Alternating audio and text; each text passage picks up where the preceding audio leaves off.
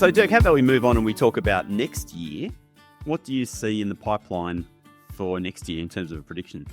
It's really hard to tell. Obviously the election is going to be a key kind of landing point for next year. You can't predict who's going to win the election, but I do think that there's going to be two halves. When I say two halves, there's going to be two parts to next year. There's going to be pre-election and there's going to be post-election. And I think pre-election both governments are going to be going hard on mantra around migration. They're going to be going hard on, particularly, I guess, immigration's impact on cost of living. And I think we're going to see some ugly stuff, in those conversations.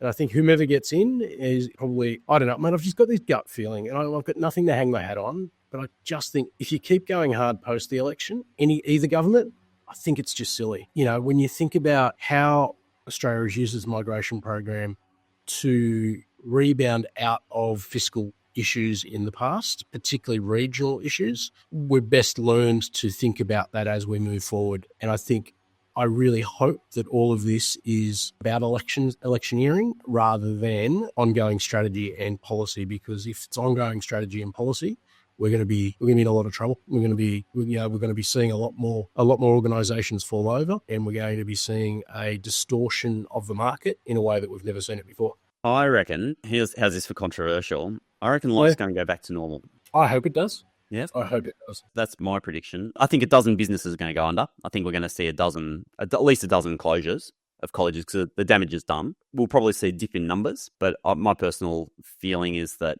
as you say, that they didn't get the legislation through. It's unlikely that that's going to be a headline piece, a signature piece of policy that they want to get through before the next election. I'd be very surprised if that really makes it to the top of the pile. I feel like the economy's in trouble. But let's face it, without migration, the economy would already be in recession.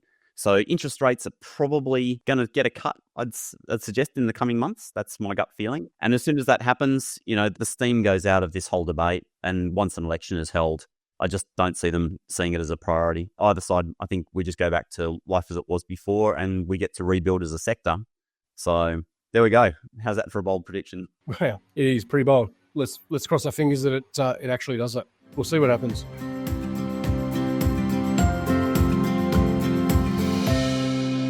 G'day and welcome to Global Horizons. I'm your host, Rob Malicki, coming today from Garigal Land in Sydney. And g'day, I'm Dirk Mulder, CEO and founder of the Koala News. I'm coming to you from Dirk country, just to the west of Sydney. How about a prediction for 2026? We've talked a bit about our own stuff, about our organisations and where they're heading in the next 12 months. But what about as a sector? What's your thought? Mate, I think it's pretty much going to be more of the same. While the ESOS bill has gotten through, we're going to be looking early next year at national code changes. So we're going to be seeing more upheaval in Q1 I shouldn't say upheaval, but more change and challenge, I think, in Q1 of next year. From what I've heard from those in the know, there's going to be some fairly strong changes in the national code, some reflecting what's been in the ESOS changes, but also some things that the government's looking at doing outside of legislation, but through the code. So watch this space on the national code. I think... Sorry, can I just pause there, mate? For anyone who know what the national code is, do you want to just give them the 20 seconds? Yeah, absolutely. So we have an ESOS framework, which obviously is based, the legislation is the core of it all, and that sits within Parliament, and that's the legislative instrument. There's kind of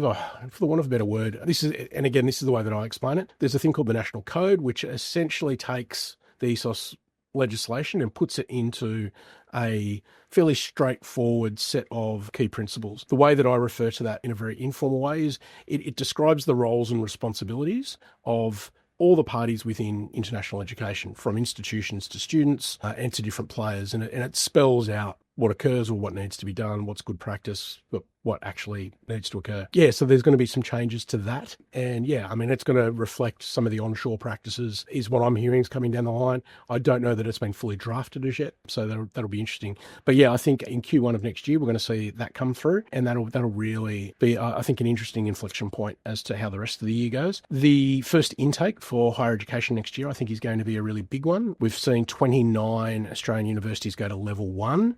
We know that, particularly through South Asia, a number of students come onshore and then transfer out into other institutions utilising those level 1 institutions. It's a loophole that we've spoken about a lot. It will be very interesting, I think, to see what happens in that space. I know that obviously through the ESOS changes, onshore commissions have been addressed. Does that go far enough, or will we still see a decent size attrition out of some of these level 1 institutions into other institutions onshore, which may be cheaper or which maybe have shorter programs or whatever the rationale might be? But I think that'll be an inflection point. I think migration will continue to be a point. I think that discussion will move, I think, once out of the international student phase and move into some other areas. So I note just this week, I think there's some stats out around migration. International students is obviously one part of that, but when we talk about graduate students or students moving onto that graduate visa, and we talk about working holiday visas, we talk about other areas, I think that potentially will be exposed a little bit more throughout the year as well. But yeah, I think if you're in public higher education, I think this year is going to be a good year. I think ELICOS, there still remains a lot of work to be done around particularly the visa fee and a recognition that standalone ELICOS students are an important one. I think the discussion is going to move between the national agenda and the portability of a degree. So can international students, or should international students, be coming to Australia to obtain a degree and then be able to go elsewhere? So that marketplace versus what's actually good for the Australian economy and jobs into Australia. So yeah, they're probably my predictions over the next 12 months, and it'll be fascinating to look back in 12 months as to see what's happened. Interesting. How about you? What are you thinking for the next 12 months, Rob? I think things will continue to stabilise. We've now got our own minister, so to speak, with Julian Hill, who by all accounts seems to have done a very good job of starting to represent some of these issues. Maybe he hasn't delivered exactly what we'd all like from, inside the sector, but having that voice more prominently represented, I think, has been a good thing largely. And I think maybe that starts to calm some of the debate. And plus, with these big ESOS changes finally through, some of that stuff now just goes into bedding down mode. So obviously, the big challenges with ELICOS, as you say. And look, migration, that happened this week? No, last week. Barnaby Joyce moving from the Nationals to One Nation. We're seeing One Nation's vote absolutely exploding according to the polls. I feel like that negative rhetoric towards migrants of all flavours and backgrounds is going to continue to sharpen, because it's pretty much the only side that the hard right parties and Conservatives can really pull on, that really gets attention. And given that the coalition is just in the doldrums and Labor's still not on their way back, I just feel like they're going to keep pulling on that string, because it's yielded them attention. I'm not sure it actually yields them votes. I really think it's that the public has spoken. They got smacked in the face this year. So, but I think they're going to go back there. I just, the way that politics has shaped up towards the end of this year, I think we're just going to hear more and more of this negative rhetoric around migration, which inevitably flows through to what we do in some way. So yeah, what does that mean in terms of prediction? Fuck, I don't know, mate. Did I actually make a prediction in that, or did I just go blah, blah, blah? No, I think you've run a narrative, and I think it'll be interesting to see how that narrative plays out. I'm really interested. I often say you don't win elections, you lose them. And if we think back to when the Liberal Party was in government, we think back to Bridget McKenzie and sports rorts, and, you start to see the government lose, well, if I can say, I'll borrow a term, lose their own social licence in governing. And I wonder... And this is very early days, but I wonder whether the whole travel thing at the moment with the communications minister is going to be, we'll look back and say this is where the cracks started to appear, because unless this is dealt with fairly swiftly, I think everything I've seen on social media in the last 2 days has been that Annika Wells's travel just does not pass the pub test. And to date, Albanese supported her and backed her. We're now hearing about trips to Boxing Day tests and to other things for her husband. There was another one that came out this morning that just escapes me, but yeah. This will be interesting to see whether she can survive Christmas, and if she does, and the government can get back on track. We've just seen Chalmers come out overnight saying there'll be no more relief for electricity. So again, I think with the Liberal Party being in the doldrums, Labor's played a pretty straight bat over the last couple of years. But, if there's internal cracks appearing, it'll be interesting to see how things go next year. Yeah, very much so. I'll make one more prediction. Once again, it's kind of sideways from specifically what we do in international ed, but very much part of higher education. In fact, I noted in the headlines you'd sent through, like the sort of top 10 headlines, it featured a number of times, and that's around AI and its role. Obviously, that's been a frothy topic over the last sort of 12 to 18 months. I think next year is going to be a really interesting year for AI. I think we're going to go through that disillusionment phase to some extent. Like a lot of people just maybe give up to some extent and say, oh yeah, this isn't really working for me. And honestly, I feel some of that's just because of perhaps lack of experience or lack of good training on it, because the tools really can do what you need them to do once you train on them. But I also feel like there's going to be something big's going to happen next year. Because I've seen it in the video space, like what you can already do with AI video. I just feel like there's something's going to be switched that flicks in the next 12 months that's going to unlock. So I feel like there's going to be these diverging pathways with AI, this kind of broad disillusionment. Oh, it's crap, it hallucinates, there's too much junk out there. Yeah, okay. The internet's going to be full of more junk than ever before. But at the same time, I reckon we're going to see the start of that, whether it's the next Facebook or whatever it is, you know what I mean? Like something's going to happen in the next 12 months. So there's my actual prediction that I will come back to in 12 months. And Dirk, we were just in the stinger, people listening along or tuning in on video. For the final time in 2026, they will have heard our predictions for 2025 as we made them as time out. Those watching on the video will see Dirk's timeout signal. Our predictions at the end of last year for what this year was going to hold. You predicting around the elections, basically the world before the election and the world after the election.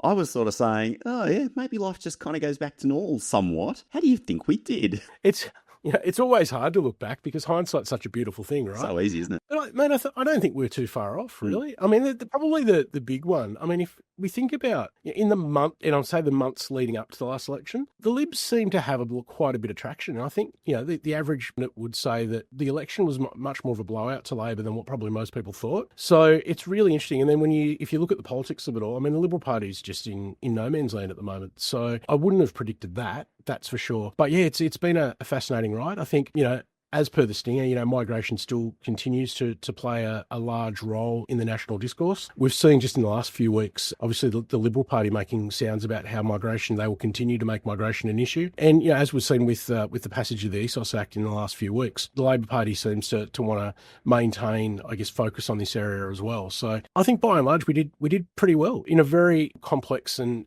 unpredictable environment. Yeah, I think you got really close to the mark, to be honest. I'm a little bit, don't know how I feel about what I was saying, things kind of going back to normal, because in some ways I feel like things have, not for the entire sector, but for parts of the sector, life has kind of gone back to this sort of new normal, if we can phrase it that way. In some ways, things have settled down. And, some institutions not even necessarily hitting their caps.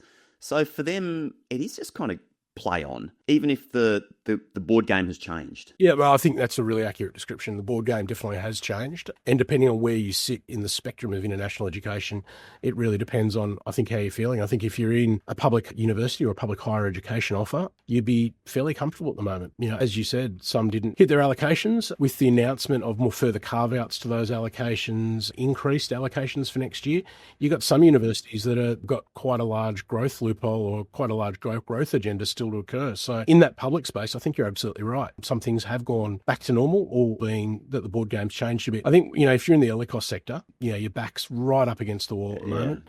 The high visa fee continues to be an issue, and it doesn't seem to be getting much traction with the government, which is unfortunate. And it's disappointing, and again, it's some of these things where you hear that they need to be cost neutral, and then you see the government, wipe off billions of dollars off the budget with one announcement, and you just think that's just crazy. So for the sake of the ELICOS sector, and it's often referred to as the canary in the coal mine, there needs to be some relief there next year.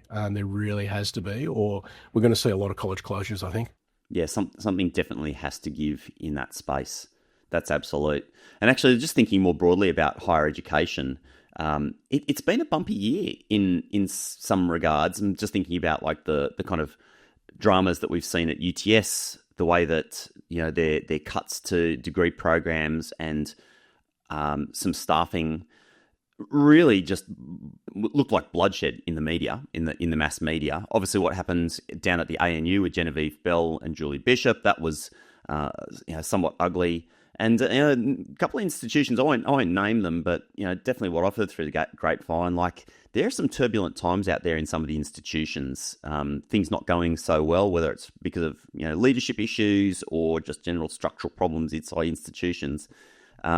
Yeah, just thinking, even for the unis, things aren't necessarily straightforward. No, mate, 100%. I mean, you throw in there Western Sydney, who are going through a restructure at the moment. I'd even say, and I know that generally this has been a relatively good news story, but the merger between UniSA and University of Adelaide, I think, it's been managed pretty much as well as one could probably be expected. There's certainly starting to become rumblings from inside about how this is all going to run early next year. But we're now starting to see, for the first time, I think, some staff fallouts as well from people not getting jobs. And that's going to be a continued trend over the next 12 months as well, how that settles. And I think, there's any merger of this size is always going to be difficult. But I think there's going to be an interesting watch over the next 12 to 24 months as to how that goes. Obviously, there were guarantees about no job losses over a certain period. But, the inevitability of it is when you bring two institutions together, you don't need two directors of international. You don't need, two directors of research. You don't need all of those things. So there will be, over the next 12 to 24 months, some pretty big news, I think, coming out of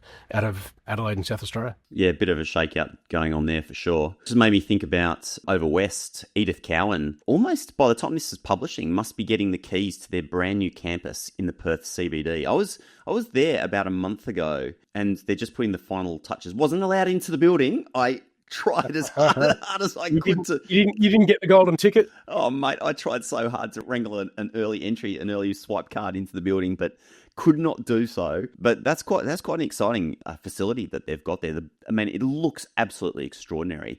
And having spoken to a number of people on the inside there, hearing about the energy and effort and thought that's gone into designing that space, I really think next year is the start of something big for ECU. Great institution already, but even more interesting things coming their way too. Mate, 100%. I mean, on the education space, I think, it's obviously a first-class facility. And ECU, I think ECU, I went to work for ECU back in 2005, and I was always impressed with the quality of their education delivery. And, being a newer institution in a smaller city, it often, had the super TAFE mantra attached to it. But it's a class organisation and it has class offerings. And I think we'll see, as you say, we'll see that grow up. The biggest story, I think, and having spent 20 odd years in Perth, just the regentrification of that whole sort of lower Northbridge area, Yagan Square, they've sunk the train line, you've got HAs at HBF or whatever, one of the big insurers there, and you're going to have the ECU campus. There's more and more education offerings coming in. It's really going to, when I arrived in 2005, that train line was really a delineation point between the city and Northbridge. As ECU opens, we're going to see that really flow right through, and it's really going to make a massive difference to that whole area. So again, it's what a long-term plan. I'm going to say, all things aside, Western Australia and Perth have done really well with long-term planning over a long period of time. For some reason, and I don't know, how it is that the other states can't do the same, but they just seem to be able to have these long-term plans that, I don't know whether it's bipartisan is the right word, but they just seem to be able to hold on to these things and plan really, really well. It's because they got money, Dirk. Yeah, well, they got money. This helps too. Absolutely. But yeah, it's going to be an amazing enterprise once it opens, and good luck to ECU and all the folks attached to it. Maybe just scanning an area that we've talked a bit about it, but not maybe as much as some of the other areas, but what about private higher ed and, the vet spaces? What's your sentiment at the end of 2025 about how they're settling? Yeah, so look, I think private higher ed aren't doing too bad. There's been a number of vet colleges that I know of that are looking to go into private ed because vet is on the nose. In saying that, I don't think they're enjoying the same, for the want of a better word, privileges from the government as their public counterparts. I think from memory, if you look at the NOSC allocations, privates didn't fare anywhere near as well as their public counterparts. But in saying that, I think higher ed is certainly doing much better than private vet. And again, yeah, if you look at private vet, the NOSC allocations are quite low. Visa grant rates are down. You wouldn't want to be in private vet either at the moment. And again, if you were to put it on a scale, you'd say, the school sector probably doing, I don't want to say okay, but they're always overlooked. So it's really hard to get a guise of that. From what I've seen of the data, Queensland seems to be doing really well in the school sector, which is fantastic. You move into, say, private vet, again, struggling. Move into ELICOS. backs up against the wall. They're just being smashed, and particularly English-only programs. Those that are university-related or on pathways, you can package up and the visa fee doesn't become an issue. But if you're an English-only college, you are really struggling at the moment, and so backs against the wall. Moving to private vet, you're obviously, your allocations have been affected, and I think, it's tough times. And for those that have got a decent allocation, they may do okay. But for those that are struggling in that space, it's going to be really, really hard. You look into the TAFE areas, I think TAFE's going to be an interesting one to watch over the next 12 months. I think we're going to see a few stories come out of TAFE in different areas. And then moving into higher ed, as we've discussed, private higher ed doing okay, but the public for higher ed's probably the shining light of the golden child at the moment. Just talking about vet and TAFE there, so those people who I deal with quite a bit will know that I've moved a lot more into the domestic space in the last 12 months with my new Choosing Your Uni adventure. And TAFE is spoken about a lot. I've never heard so much talk on the domestic front than there currently is around TAFE. Students, parents, careers advisors, the whole lot, people seeing that as just such a viable option. It's free. If not across everything, but yeah. Yeah, there's probably, from a domestic point of view, I think there's two major key points around that. So one is, the lack of trades out there. We think about productivity within the economy. Tradies are cleaning up at the moment and you can't get a tradie. So just from a supply point of view and the demand that creates, I think trades are becoming a lot more popular again because you're able to earn a lot more money from a trade than what you probably could 20 years ago. The other thing, I think, domestically, policy-wise, has been, free TAFE placements. So many, I know, certainly the Commonwealth and I know states are chipping in. The amount of free, free TAFE-free places or fully subsidised places in TAFE at the moment is off the charts. It's amazing. There's probably both a push and a pull factor there that's leaning people towards saying, TAFE's not a bad option at the moment. It's a very interesting space. Next year, I'm actually going to be launching a new podcast aimed in the sort of domestic space. Certainly, just because I've been exploring it so much. And interestingly enough, there's nothing like what you and I do here on this podcast for the sort of domestic recruitment or domestic student marketing space. So I was like, oh, well, there's a gap. I'm going to fill it. Let's go do that. So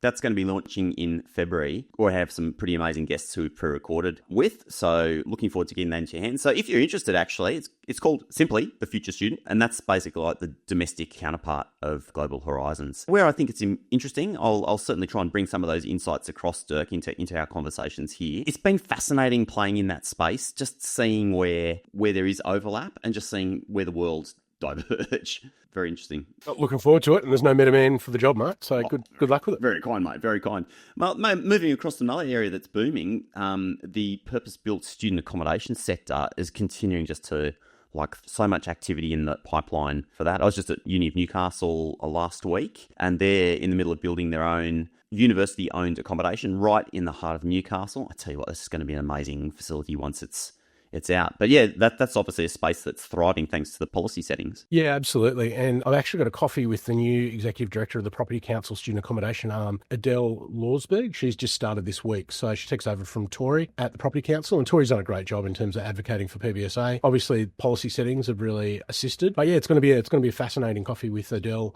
on Friday. And obviously this drops on Friday. So right about the time this drops, I'll be sitting in Sydney with a coffee with Adele. So it'll be interesting to see her plans. Her feet are literally just under the desk. So whether it's a continuation of what Tori's been running or whether she's looking at, creating some additional areas that'll be interesting. Yeah, excellent. And maybe another one that's been kind of hot in our newsfeed is around T&E. T&E's obviously been a massive flavour this year. A number of institutions launching some major projects. Yeah, do you want to give us a very broad scan of T&E space and your thoughts on where it's heading? Yeah, look, mate, I go back to a statement that I once heard, and I can't remember who actually said it, but it's T&E sort of done well, is a good thing. I think that's such an insightful sort of comment. T&E done well is a good thing, and the done well bit is the really interesting or the really important bit. Because I think anyone can kind of go offshore, find a partner, and do T&E. At the T&E forum, which is held by IAA earlier in the middle of the year in Melbourne, that kind of phrase kind of resonated, and there's a lot more work behind T&E than what people think. It's a much longer term commitment than what people think, and you need to be getting into it for the right reasons, and you've got to be really clear about why you want to go into it. There is a view out there that the run towards TNE is a potential risk for the reputation of Australian higher education. Obviously, Texas is looking at playing in this space a lot more. It'll be fascinating to see. I mean, we've seen a number of announcements this year, obviously with India coming on board and their overseas university legislation coming in. You know, we've obviously seen Deakin and Wollongong open up in Gift City, which is just outside of Ahmedabad in Gujarat. We've seen I think it's from memory, Western Sydney, La Trobe and Victoria University will be granted licences in the one spot. We've now seen UWA announce that they're going to be opening a couple of campuses in India over the coming time. So India is certainly a hotspot for it. But we've also seen Indonesia. We've seen the announcement of Monash University in Malaysia. We've seen the announcement of $1 billion investment. We've seen the announcement of Swinburne in Qatar. So there's a lot of places that are looking at TNE at the moment, and I certainly hope that they're all committed and they're all in it for the long haul and they all do really well. You know, we've seen places like RMIT in Vietnam, just how long the tail is to embed and be able to make a solid proposition out of it. So, yeah, I mean, again, TNE done well is a really good thing. Certainly the government's spruiking TNE, you know, as an accompaniment, can I put it that way, to onshore recruitment. And, you know, having Australian universities offshore is going to be a different thing to what we're probably used to at the scale in which we're going to see over the next couple of years. Let's hope it all works well and we don't see any reputation damage out of it. Shall we have a look at what some of the biggest stories of the year have been? Obviously, it's been a year that's been full of policy developments and back and forth and waiting and this and that. So I guess it's no surprise that policy has sort of landed fairly high up the list with a number of the top stories of the year. Do you want to take us through, from your perspective, Koala News, obviously a definitive news source for Australian international ed. Actually, mate, tell us about that. How the side door has opened, so I'd like to walk through it while it's there. Tell us about your year, mate. Like, how's it gone? This is the end of your second full year, third year? Yeah, that's right. Yep, into the second full year. Brilliant.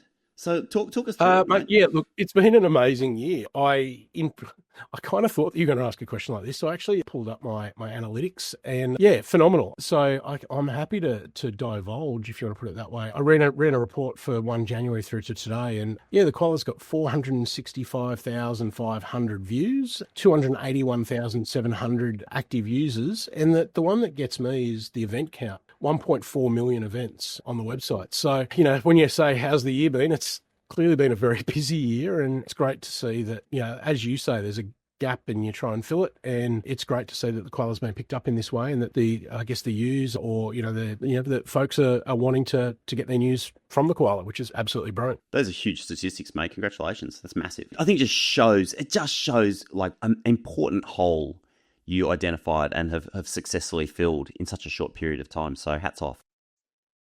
Yeah, cheers, mate. I really appreciate it. And again, it's one of those things where, you know, you don't know how big the snowball can grow until you kind of get into it. And, you know, as you know, we've said all along the way, it's the good thing from my point of view, I guess, is it's 100% completely organic. It's not, you know, buying in anything. It's not doing anything. It's you know, for the want of a better word, I don't want to say tackiness, but, you know, it's organic. So the folks that are reading and wanting to read and they're wanting to engage, it's not, you know, there's no incentivization anywhere or anything like that. So it's, like I said, I'm super stoked, and, you know, probably like you, after reading out those figures, and I'm looking forward to a bit of a break over Christmas to recharge, because there's been a lot going on. Anyone listening along to this, if you have leftover budget, Dirk will not say this on the podcast. I'm going to say it on his behalf. Like, support independent media. If you've got a little bit of budget left, like, now's a good time. I think, Dirk, you've got this little campaign going to support independent media, and institutions can get their logo up on the Koala website as a supporter of the Koala. It's a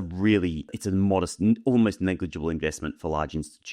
We need to support our independent organisations. So if you do have a touch of budget left and you want to support this incredible news source, what's best to email, Dirk? You're looking all kind of like uncomfortable now. I'm not good on the hard sell, mate. Look, I mean, shoot me an email. The generic email at the Koala is allears@thekoalanews.com. Appreciate the shout out and appreciate any support. The campaign's gone really well so far. It's actually, you know, it's kind of gone beyond expectations. So, but it remains open, and for anyone who is wanting to support, I'll be very thankful and very appreciative of it. Do you take a credit card, Dirk? That's the thing. Low friction. Oh, Rob, you're cracking me up. Just for those listening, prior to we had a bit of a chat before we actually hit record, and one of the things I'm really proud of was over the weekend I built a credit card facility into the Koala.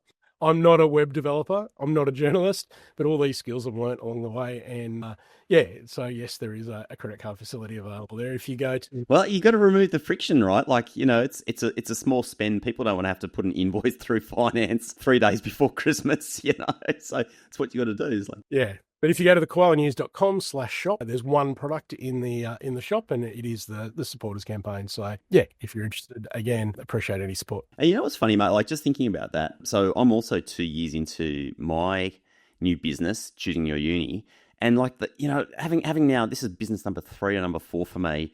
Like, year number 2 is one of the hardest. It's like this stage where in the first year, you got all this energy and excitement, you're throwing irons in the fire, you're working on a whole bunch of stuff, but it's also new that nothing's really kind of caught yet, nothing's really kind of grabbed and held on. But then in year 2, like, all this stuff starts to mature, and suddenly you find yourself just under the pump on all these different fronts. Things are growing, things are getting out of control in a good way, and so it can be a really hard year. So that's why, like, we get the end, both of us, but at the end of this year, we're like, oh my God, on a journey like that, I think you've absolutely nailed it. I mean, the first year, for me, it's probably more about expectation than anything else. So it's actually, I don't want to say results, because it's not about results, but it's activity versus expectation.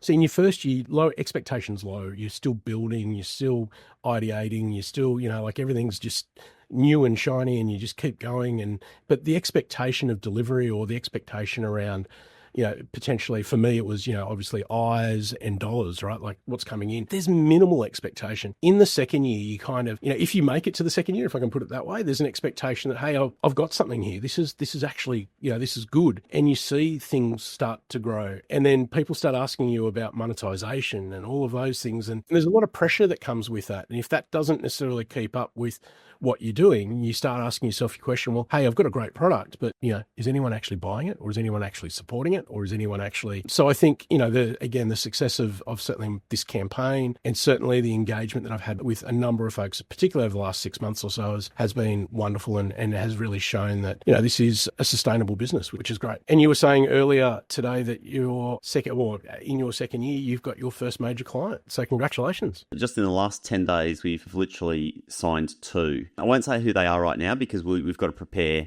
proper sort of launch announcements, which will happen in the new year at this stage, just given the timing of things. But very, very excited to be working with the organisations in question. I love them. I think they're amazing at what they do. Yeah, great validation. We've been building our platform for 18 months, tons of experiments. I can't even tell you how many conversations I've had with people from all across the sector, hundreds and hundreds of conversations. And I can say quite honestly that in all of those, I haven't had, I'm just trying to think if what I'm going to say is true or not. I can't think of a single conversation where I walked away and thinking, oh, that went badly. Like, people said it was a bad idea, or it wasn't needed, or anything like that. So I had this feeling, that there was the message was always like, you found a gap. Oh yeah, that'll really serve our needs. This solves a problem for us. These are all these kind of good words for entrepreneurs to hear. But until somebody writes you a check, it's not real. And so to have those first checks in just in time for Christmas is just like the most awesome validation. And it just makes me feel even more confident about all those other great conversations I've been having with people over the last couple of months, that there'll be even more good news in early 2026. I've got a good feeling about 2026, Dirk. That's good, mate. I'm happy. And mate, it's great to see you succeed too. It's, for those listening, I've probably had a pretty bird's eye view of your journey over the last couple of years. And like you say, it's up and down and conversations. And, I think we said early on in the piece, being, I don't know, I guess maybe entrepreneur is the right word, but I don't necessarily like that word. Being a small player in a big field and starting something, every decision's yours. And that kind of, the journey that you go on, one decision can take you in a very different direction. And sometimes you really lament those decisions. And I've seen that up close. So congrats to you. And let's hope that 2026 is where the snowball starts rolling a bit quicker and picks up some momentum. For both of us. Other stories. So sorry, I took us down a little side door there. So we're talking about like big policies. A big story for this year is really around policy. That sort of hit a lot of the major headlines for the koala. And look, shout out here to Tracy Harris, who you've been working really closely with over the last 12 stolen months. my thunder. Oh, mate, I was going to end up saying I've got to thank a whole bunch of people, and number one, Tracy Harris. Geez, talk about somebody that brings this insider knowledge and attention to detail when it's come to the legislative stuff. I mean, literally every time I feel like the last couple of months, every time I log into LinkedIn, Tracy's breaking some new bit of news, about the bills going here, there, or everywhere.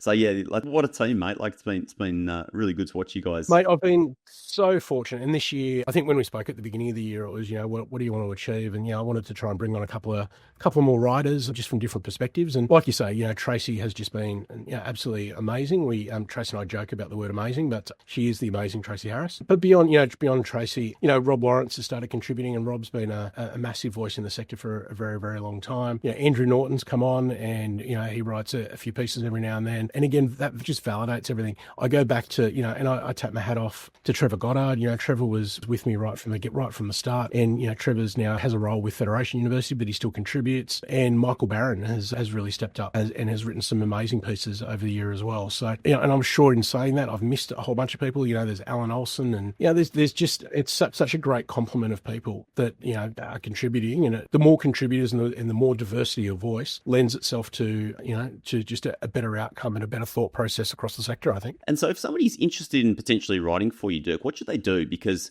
I'm sure there are people listening to this, maybe people who are that kind of like mid-career position, and they, maybe they haven't yet sort of stepped into that space where they're really sharing their ideas and their thoughts, whether that's through conference sessions or writing or participating, in IEAA interest groups and the like. How do they get in touch with you if they're interested in maybe putting some thoughts to paper? Yeah, I mean, it's really simple. Just send me an email. All ears at thequalinews.com. Happy to take it on board. I mean, there's not like an obstacle course with like lions and shit you need to. It's very simple. And it's really funny because, people have and do, and I've published a whole bunch of people. I generally start off as a guest contributor, if you're interested. What I've probably found over the last 2 years is, some people are really, really eager and they say, yes, I want to write for you and I'm keen. They might do 1 or 2 stories and it just drops off because, their day job is intense, and that's perfectly understandable and fine. So generally I like bringing people on as guest contributors to begin with. And, once there's probably 4 or 5 stories up, then, have a chat about, whether this is something they want to do more, in a longer term capacity. If that's the case, happy to set up a profile and do that. Often people say, what sort of word count? And it's really fascinating. So to look behind the curtain, and I can see in the stats, there's 2 types of stories. There's a news break story where here's something you need to know. And then there's more research. And I say this to Trevor all the time, because Trevor sometimes says to me, Trevor, you don't mind me saying this. Sometimes I just think I go into too much detail. I'm like, mate, people come back and reference it. And that's one of the things that I really wanted about the koala was it's not just, short, sharp, here's what you need to know, but here's why. And here's how it affects other things. And often those stories, while they might be a little bit longer or they may not be as shiny in the moment, they actually hold their gravitas over a longer period of time because people come back to them because there's good statistics in there. There's good background material. It actually explains why these things are happening. And from what I hear from people out there, sometimes, this information's being sort of used in briefings within institutions as background, those sorts of things. So I think, again, there's 2 types of stories. So don't be too worried about the actual content itself, whether it's a little bit long-winded or whether it's shorter and sharper. There's different audiences and different audiences utilize that content in different ways. Yeah, fantastic. Well, just thinking, mate, like we have our annual package of outtakes, which is coming up in we haven't even seen it yet. I know. I was going to say, I'm both excited and very nervous. What stupidity if we come up with this year? We will be seeing that in just a moment for the very first time. But maybe by way of getting us there, well, Dirk, I think we're done. Maybe it's time for some outtakes. Most importantly, for you and I to have a bloody good holiday over Christmas. Absolutely, mate. Thank you for everything over the last 12 months. Obviously, this podcast has been amazing, but, on a personal level, thanks for all your support over 12 months. And I wish you and Maureen and your family a very Merry Christmas, mate. Yeah, likewise, Dirk. And for those people listening along, so we're going to continue to publish some episodes over the Christmas time. I'm going to go back to some of my favourite episodes, not the news episodes, but back to the personal profiles, the stories from some of the legends of the industry. So we'll still be publishing every week throughout the summer. And Dirk and I will be back in your news feeds with the news around sort of early to mid-January. We haven't actually talked about that yet, but obviously we were keeping an eye on the news over the break. And if you do if anything big does happen, you know exactly where you're going to find it first at the Koala koalanews.com. Jump on LinkedIn as well. Make sure that you're subscribed everywhere to Koala, and you'll be up to date should something develop. With that done, I think our work here is done. We're done. Bring on the outtakes. Bring on the outtakes. See you in 2026. Cheers, Rob.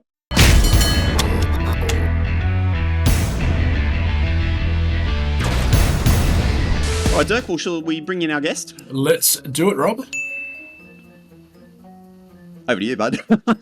There you go. We're off to a good start. I thought you were doing the intro line. I just meant literally that line, and then I was going to let you do it. I think so, Len. I think we had a I'm just fucking around here. Me and my muscle vest.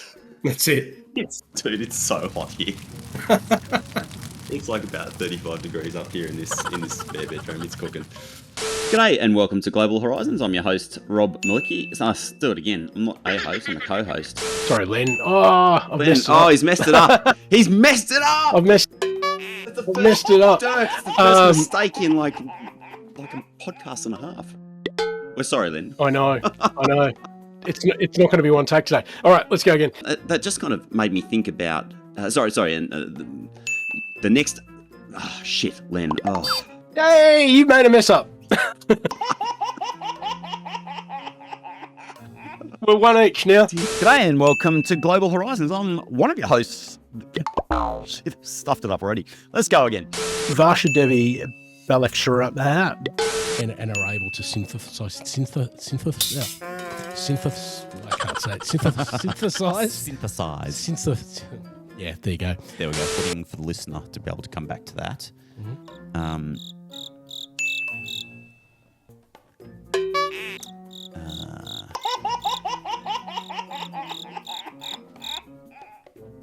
Sounds good. All right, awesome, mate. That was a clean cut.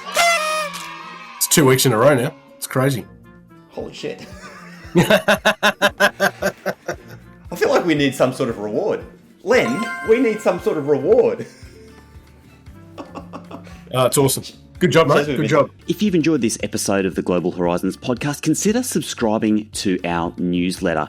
Search for Global Horizons podcast and then just pop in your email address, and that way you will never miss out on all of the critical international education news that you need to stay up to date with. This episode has been produced on Garrigal Land in Sydney. Our video and audio editor is Len Zamora, and I'm your host, Rob Malicki. Have an awesome day. See you in the next episode.